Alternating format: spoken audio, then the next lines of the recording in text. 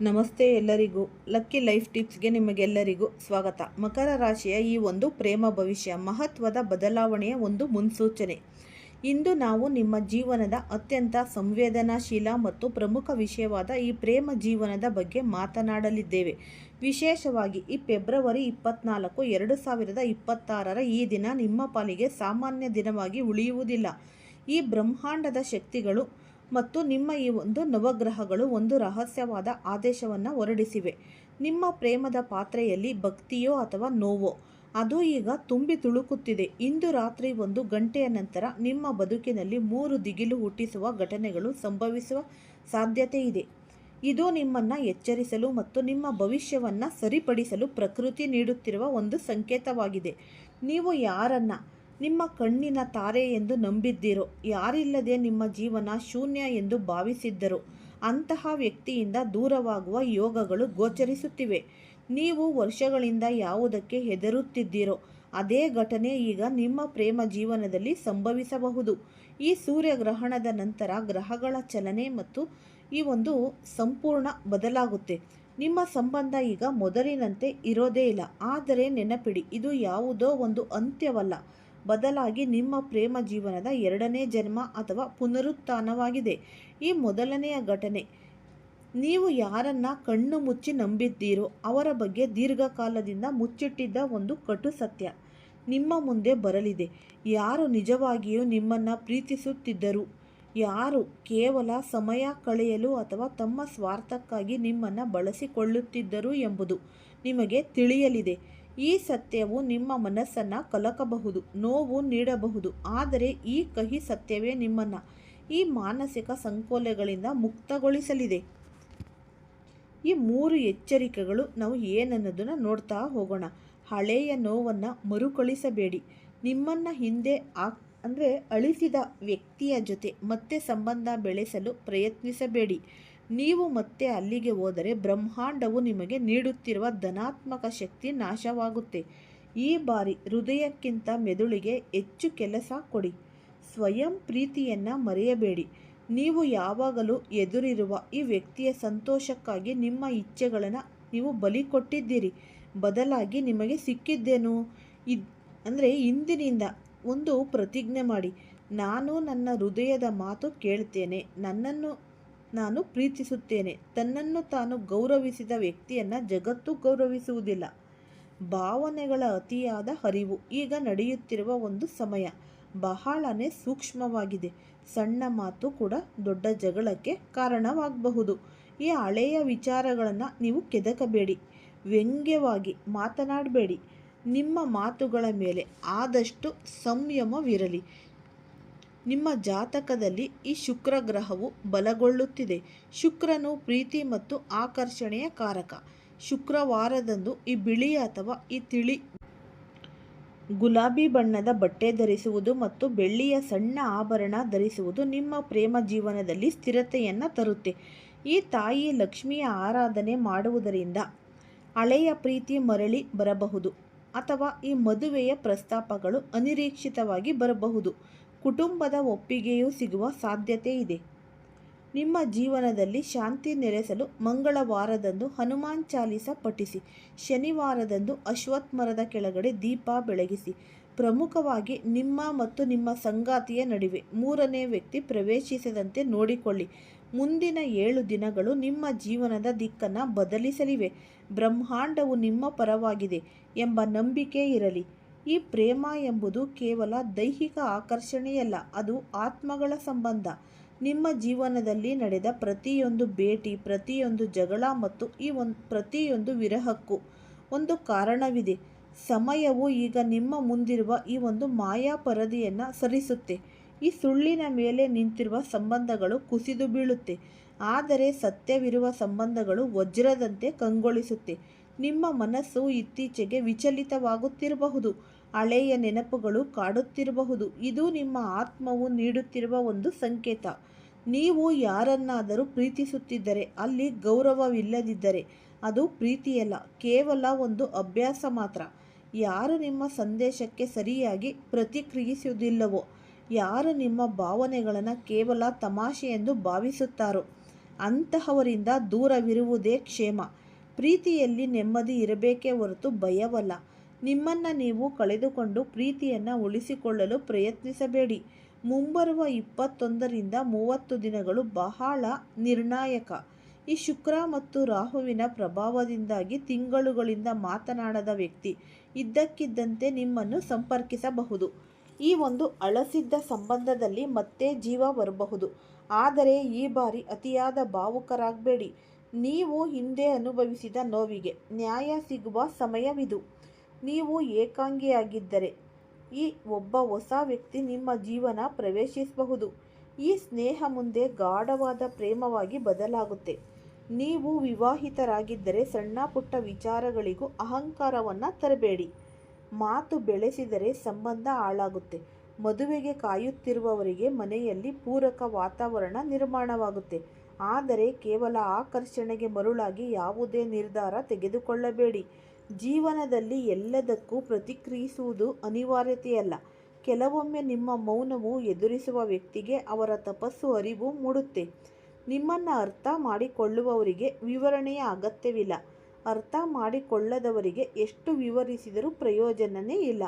ನಿಮ್ಮನ್ನು ದೂಷಿಸಿಕೊಳ್ಳುವುದನ್ನು ನಿಲ್ಲಿಸಿ. ನಿಮ್ಮ ಜೀವನದಲ್ಲಿ ಯಾರು ಇರಬೇಕು, ಯಾರು ಇರಬಾರ್ದು ಎಂಬುದು ಈಗ ಸ್ಪಷ್ಟವಾಗುತ್ತೆ. ಈ ಬದಲಾವಣೆಗಳು ನಿಮ್ಮನ್ನು ಮುರಿಯಲು ಬರುತ್ತಿಲ್ಲ, ಬದಲಾಗಿ ನಿಮ್ಮನ್ನು ಗಟ್ಟಿಗೊಳಿಸಲು ಬರುತ್ತಿದೆ. ನಿಮ್ಮ ಆತ್ಮಗೌರವಕ್ಕೆ ಧಕ್ಕೆ ತರುವ ಯಾವುದೇ ಸಂಬಂಧದಲ್ಲಿ ಇರಬೇಡಿ. ನೀವು ಒಬ್ಬಂಟಿಯಾಗಿರಬಹುದು, ಆದರೆ ಅಸಹಾಯಕರಲ್ಲ. ಬ್ರಹ್ಮಾಂಡವು ನಿಮಗಾಗಿ ಉತ್ತಮವಾದದ್ದನ್ನು ಕಾಯ್ದಿರಿಸಿದೆ. ಹಳೆಯ ಅಧ್ಯಾಯ ಮುಗಿದಾಗಲೇ ಈ ಹೊಸ ಅಧ್ಯಾಯ ಆರಂಭವಾಗಲು ಸಾಧ್ಯ. ಧೈರ್ಯದಿಂದ ಇರಬೇಕು, ಶಾಂತವಾಗಿರಿ. ನಿಜವಾದ ಪ್ರೀತಿ ತಡವಾಗಿ ಸಿಕ್ಕರೂ ಅದು ಶಾಶ್ವತವಾಗಿ ಇರುತ್ತೆ. ಈ ನಂಬಿಕೆಯೊಂದಿಗೆ ನೀವು ಆದಷ್ಟು ಹೆಜ್ಜೆಯನ್ನು ಇಡಬೇಕಾಗುತ್ತೆ.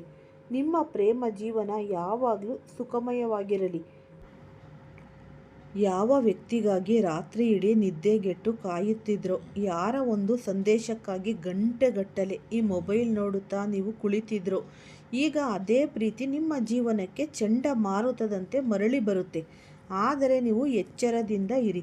ಒಂದು ವೇಳೆ ನೀವು ಒಂದು ಸಣ್ಣ ತಪ್ಪು ಮಾಡಿದರೂ ಅಥವಾ ಒಂದು ಮಾತನ್ನು ನಿರ್ಲಕ್ಷಿಸಿದರೂ ಈ ಪ್ರೀತಿ ನಿಮ್ಮ ಕೈಯಿಂದ ಶಾಶ್ವತವಾಗಿ ಜಾರಿ ಹೋಗಬಹುದು.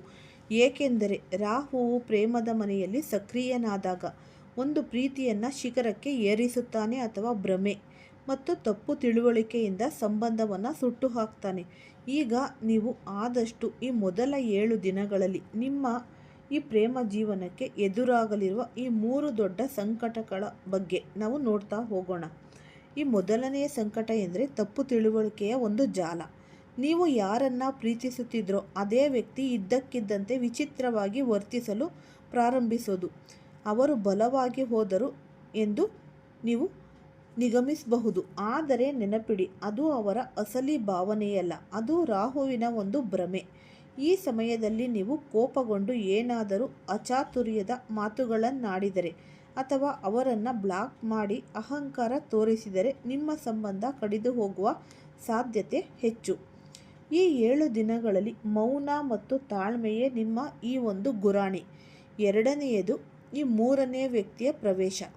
ನಿಮ್ಮ ಸಂಬಂಧದ ನಡುವೆ ಯಾರಾದರೂ 3ನೇ ವ್ಯಕ್ತಿ ಹಸ್ತಕ್ಷೇಪ ಮಾಡಬಹುದು. ಅದು ಹಳೆಯ ಗೆಳೆಯ ಇರಬಹುದು, ಅಥವಾ ನಿಮ್ಮ ಮಾಜಿ ಪ್ರೇಮಿನೇ ಇರಬಹುದು, ಇಲ್ಲವೇ ಕುಟುಂಬದ ಸದಸ್ಯರೇ ಇರಬಹುದು. ಅವರು ನಿಮ್ಮ ನಡುವೆ ಅನುಮಾನ ಮತ್ತು ದೂರವನ್ನು ಸೃಷ್ಟಿಸಲು ಪ್ರಯತ್ನಿಸುತ್ತಾರೆ. ಈ ಭಾವನೆಗಳಿಗೆ ಒಳಗಾಗಿ ಯಾವುದೇ ದೊಡ್ಡ ನಿರ್ಧಾರವನ್ನು ಈ ಸಮಯದಲ್ಲಿ ತೆಗೆದುಕೊಳ್ಳಬೇಡಿ. 3ನೇಯದು, ಈ ಮಾನಸಿಕ ಅಶಾಂತಿ. ಈ ಸಮಯದಲ್ಲಿ ನಿಮಗೆ ನಿದ್ದೆ ಬರುವುದಿಲ್ಲ. ಪದೇ ಪದೇ ಅವರ ನೆನಪು ಅನ್ನೋದು ಕಾಡುತ್ತೆ. ಅವರು ಇನ್ನೂ ನನ್ನನ್ನು ಪ್ರೀತಿಸುವುದಿಲ್ಲವೇನೋ ಎಂಬ ಒಂದು ಭಯ ನಿಮ್ಮನ್ನು ಆವರಿಸುತ್ತೆ.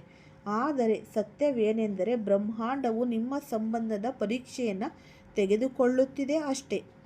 ಈಗ ಇಂದು ರಾತ್ರಿ ಅಂದರೆ 11 ಗಂಟೆಯಿಂದ ಪ್ರಾರಂಭವಾಗಲಿರುವ ಈ 10 ದೊಡ್ಡ ಪ್ರೇಮ ಭವಿಷ್ಯವಾಣಿಗಳನ್ನು ನೀವು ಕೇಳಿ.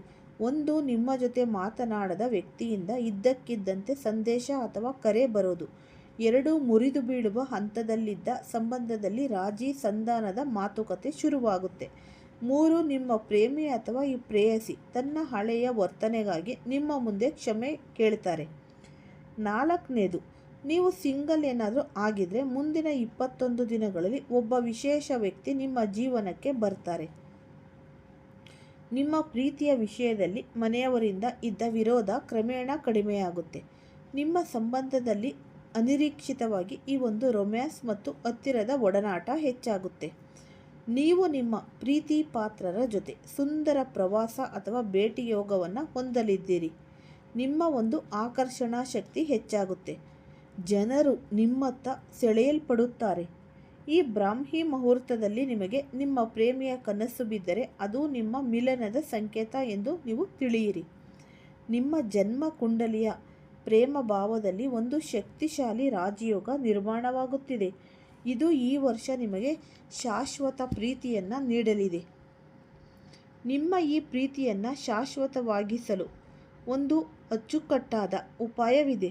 ಬರುವ ಶುಕ್ರವಾರದ ಸಂಜೆ ಒಂದು ಸಣ್ಣ ದೀಪವನ್ನು ಹಚ್ಚಿ ಅದಕ್ಕೆ ತುಪ್ಪವನ್ನು ಹಾಕಿ 2 ಲವಂಗಗಳನ್ನು ಹಾಕಿ ನಂತರ ಮಹಾಲಕ್ಷ್ಮಿ ಮತ್ತು ಈ ಒಂದು ರಾಧಾಕೃಷ್ಣರನ್ನು ಪ್ರಾರ್ಥಿಸಿ, ಏ ಈಶ್ವರನೇ, ನನ್ನ ಪ್ರೀತಿಯನ್ನು ತಪ್ಪು ತಿಳುವಳಿಕೆಗಳಿಂದ ಕಾಪಾಡು, ನಮ್ಮ ಸಂಬಂಧದಲ್ಲಿ ಸತ್ಯ ಮತ್ತು ವಿಶ್ವಾಸವನ್ನು ತುಂಬು ಎಂದು ಬೇಡಿಕೊಳ್ಳಿ. ನಂತರ ನಿಮ್ಮ ಪ್ರೇಮಿಯ ಹೆಸರನ್ನು 11 ಬಾರಿ ಹೇಳುತ್ತಾ ನೀವು ಆದಷ್ಟು ಈ ಕೃಷ್ಣ ಮತ್ತು ರಾಧೆಯನ್ನು ಜಪಿಸಿ. ಈ ರೀತಿ ಮಾಡುವುದರಿಂದ ರಾಹುವಿನ ಭ್ರಮೆ ದೂರವಾಗಿ ಪ್ರೇಮದ ಬಂಧ ಗಟ್ಟಿಯಾಗುತ್ತೆ. ಕಳೆದ ಅನೇಕ ವರ್ಷಗಳಿಂದ ನಿಮ್ಮ ಪ್ರೇಮ ಜೀವನ ಏಕೆ ಗೊಂದಲಮಯವಾಗಿತ್ತು ಎಂದು ನೀವು ಎಂದಾದರೂ ಯೋಚಿಸಿದ್ರಾ? ಇದಕ್ಕೆ ಕಾರಣ ಕೇವಲ ಪರಿಸ್ಥಿತಿಯಲ್ಲ, ನಿಮ್ಮ ಗ್ರಹಗತಿಗಳ ಒಂದು ಪ್ರಭಾವ. ಈಗಿನ 40 ದಿನಗಳಲ್ಲಿ ನಿಮ್ಮ ಜೀವನದಲ್ಲಿ ಈ 4 ಹಂತಗಳು ಬರಲಿವೆ. ಅಂದರೆ ಮೊದಲನೆಯದು ಈ ಶುದ್ಧೀಕರಣದ ಹಂತ. ಇಲ್ಲಿ ಮುಚ್ಚಿಟ್ಟ ವಿಷಯಗಳು ಹೊರಬರುತ್ತವೆ. ಸ್ವಲ್ಪ ಕಹಿ ಮಾತುಗಳು ನಡೆಯಬಹುದು, ಆದರೆ ಇದು ಸಂಬಂಧ ಹಾಳಾಗುವ ಸಂಕೇತವಲ್ಲ. ಬದಲಾಗಿ ಸಂಬಂಧದಲ್ಲಿರುವ ಕಸವನ್ನು ಹೊರಹಾಕುವ ಪ್ರಕ್ರಿಯೆ. ಎರಡನೆಯದು ಅರಿವಿನ ಹಂತ. ನಿಮ್ಮ ಸಂಗಾತಿಗೆ ನಿಮ್ಮ ಬೆಲೆ ಏನೆಂದು ಅರ್ಥವಾಗಲು ಪ್ರಾರಂಭವಾಗುತ್ತೆ. ಮೂರನೆಯದು ಪುನರ್ಮಿಲನದ ಹಂತ. ಇಲ್ಲಿ ಮಾತುಕತೆಗಳು ಶುರುವಾಗಿ ಸಂಬಂಧ ಗಂಭೀರ ರೂಪ ಪಡೆದುಕೊಳ್ಳುತ್ತೆ. ನಾಲ್ಕನೆಯದು ನಿರ್ಧಾರದ ಹಂತ. ಇಲ್ಲಿ ನಿಮ್ಮ ಸಂಬಂಧ ಜೀವನ ಪರ್ಯಂತ ಉಳಿಯುತ್ತೆ ಅಥವಾ ಬ್ರಹ್ಮಾಂಡವು ನಿಮಗಾಗಿ ಇದ್ದಕ್ಕಿದ್ದಂತೆ ಉತ್ತಮ ವ್ಯಕ್ತಿಯನ್ನು ಕಳುಹಿಸುತ್ತೆ ಎಂಬುದು ತೀರ್ಮಾನವಾಗುತ್ತೆ. ಈ ವಿಶೇಷ ಸಂಕೇತಗಳ ಬಗ್ಗೆ ನೆನಪಿರಲಿ. ಇದ್ದಕ್ಕಿದ್ದಂತೆ ಅವರ ಹಳೆಯ ಫೋಟೋಗಳು ಕಣ್ಣ ಮುಂದೆ ಬರಬಹುದು. ಕೇಳದಿದ್ದರೂ ಅವರ ಹೆಸರು ಪದೇ ಪದೇ ಕಿವಿಗೆ ಬೀಳಬಹುದು. ಈ ಸಾಮಾಜಿಕ ಜಾಲತಾಣಗಳಲ್ಲಿ ಅವರ ಒಂದು ಚಟುವಟಿಕೆ ಹೆಚ್ಚಾಗೋದು, ಇವೆಲ್ಲವೂ ಬ್ರಹ್ಮಾಂಡದ ಸಂಕೇತ. ಈ ಪ್ರೇಮ ಜೀವನವನ್ನು ಸ್ಥಿರವಾಗಿಡಲು 3 ನಿಯಮಗಳು ಪಾಲಿಸಿ. ಮೊದಲನೆಯದಾಗಿ, ಪ್ರತಿದಿನ ಬೆಳಗ್ಗೆ ಎದ್ದ ತಕ್ಷಣ ನಿಮ್ಮ ಸಂಗಾತಿಗೆ ಈ ಧನಾತ್ಮಕ ಶಕ್ತಿಯನ್ನು ಕಳುಹಿಸಿ. ನೀವು ಎಲ್ಲಿದ್ದರೂ ಸುಖವಾಗಿರಿ, ನಿಮ್ಮ ನಡುವಿನ ಗೊಂದಲಗಳು ದೂರವಾಗಲಿ ಎಂದು ಮನಸ್ಸಿನಲ್ಲೇ ಹಾರೈಸಿ. ಎರಡನೆಯದಾಗಿ, ದೂರು ನೀಡುವುದನ್ನು ಕಡಿಮೆ ಮಾಡಿ ಮತ್ತು ಕೃತಜ್ಞತೆಯನ್ನು ಹೆಚ್ಚಿಸಿ. ಅವರು ನಿಮ್ಮ ಜೊತೆ ಸ್ವಲ್ಪ ಸಮಯ ಕಳೆದರೂ ಅದನ್ನು ಗೌರವಿಸಿ. ಮೂರನೆಯದಾಗಿ, ಪ್ರೀತಿಯಲ್ಲಿ ನಿಮ್ಮ ಅಸ್ತಿತ್ವವನ್ನು ಕಳೆದುಕೊಳ್ಳಬೇಡಿ. ನೀವು ಆತ್ಮವಿಶ್ವಾಸದಿಂದ ಇದ್ದಾಗ ಮಾತ್ರ ಆಕರ್ಷಣೆ ಅನ್ನೋದು ಉಳಿಯುತ್ತೆ. ಈ ಪ್ರೀತಿ ಕೇವಲ ಗ್ರಹಗಳಿಂದ ನಡೆಯುವುದಿಲ್ಲ, ಅದು ನಡೆಯುವುದು ವಿಶ್ವಾಸದಿಂದ. ನೀವು ಸದಾ ಸಂಶಯ ಅಥವಾ ಭಯದಲ್ಲಿ ಬದುಕಿದರೆ ಎಂತಹ ದೊಡ್ಡ ಶುಭ ಯೋಗವು ಕೆಲಸ ಅನ್ನೋದು ಮಾಡಲ್ಲ. ರಾಹುವು ನಿಮ್ಮ ಭಾವನಾತ್ಮಕ ಪರಿಪಕ್ವತೆಯನ್ನು ಪರೀಕ್ಷಿಸುತ್ತಿದ್ದಾನೆ.